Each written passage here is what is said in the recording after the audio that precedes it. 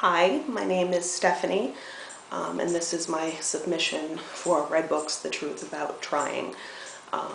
I have been trying, my husband and I, to conceive a child for roughly 3.5 years. We started trying not long after we got married.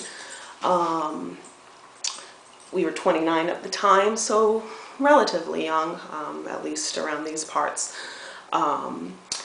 And now here we are 3.5 years later, only 32, but it feels like forever, really. And quite honestly, it annoys me when people bring up the, oh, you're young, you have time still thing, because 3.5 years of your life, I mean, that's a significant chunk of time. That's literally, what, 1/10 of the time that I've been on the planet. I have been trying to become a mom, and I haven't been able to yet.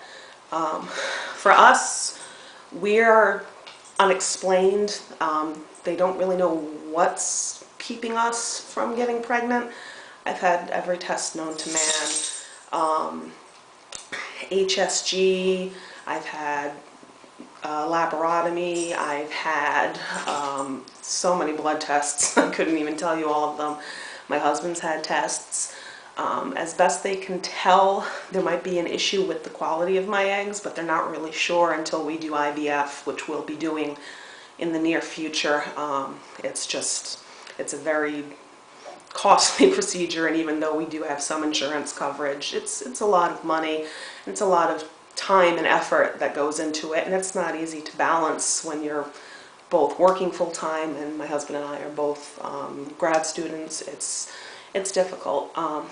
But anyway, so we've had, in 3.5 years, we started seeing a reproductive endocrinologist, which is an infertility specialist, after probably about 1.5 years maybe of trying. We've had 8 IUIs, intrauterine inseminations. None of them have worked. I was kind of shocked, and I still am angry, I guess you could say, about my body failing me. I have 28-day, very predictable, regular cycles. I did what you are told to do, and chart your cycle and take your temperature and do all of this, crazy stuff to take charge of your fertility. Like, there's the book for that. And cycle after cycle, month after month, I would get my period. It was like my uterus was a Swiss watch, and it was aggravating and heartbreaking. And in the meantime, everybody around me is getting pregnant, or at least it seemed. One interesting thing that's happened, and I've been very vocal about my experience with infertility, is on Facebook, whenever I post anything about infertility, any news stories, or I have a blog, sometimes I post stuff that I've written on the blog.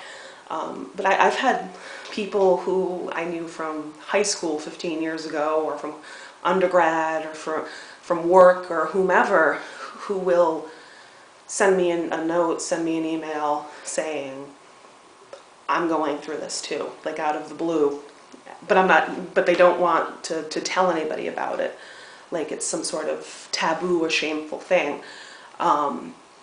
And I encourage them to educate themselves and to educate others, to almost kind of be in your face about stuff when people make stupid comments like just go on vacation or just adopt because that's so easy and so cheap, right? Yeah. It's interesting. I mean, social media has really, it's been very instrumental in my journey as an infertile woman. I've found support on the internet with other women who are infertile. We get together in real life too, so we know we're not like stalkers or murderers. I found a therapy group for infertile women in my area. There's support groups. There's so much that I've gotten wind of via social media. And it's, my husband kind of makes fun of me of like, oh, you're talking to the infertile people who live in your computer. But it's been really incredibly helpful to have that support and to have people that know what it's like to get yet another baby shower invitation in the mail from somebody who was married 4 years after you were. You know, and who's, oops, I just forgot to take the pill one night and I had sex with my husband and bang. You know, those things that should be joyous are very difficult. And it's been a rough 3.5 years. I'm praying that this IVF works, but there's a real possibility that it won't. Success rates are about 50-50 for folks in my shoes with my history and my age and such. So there's hope, and yet at the same point in time, there's that sadness of the past 3.5 years and knowing that this may not finally be it. We may have to do this again.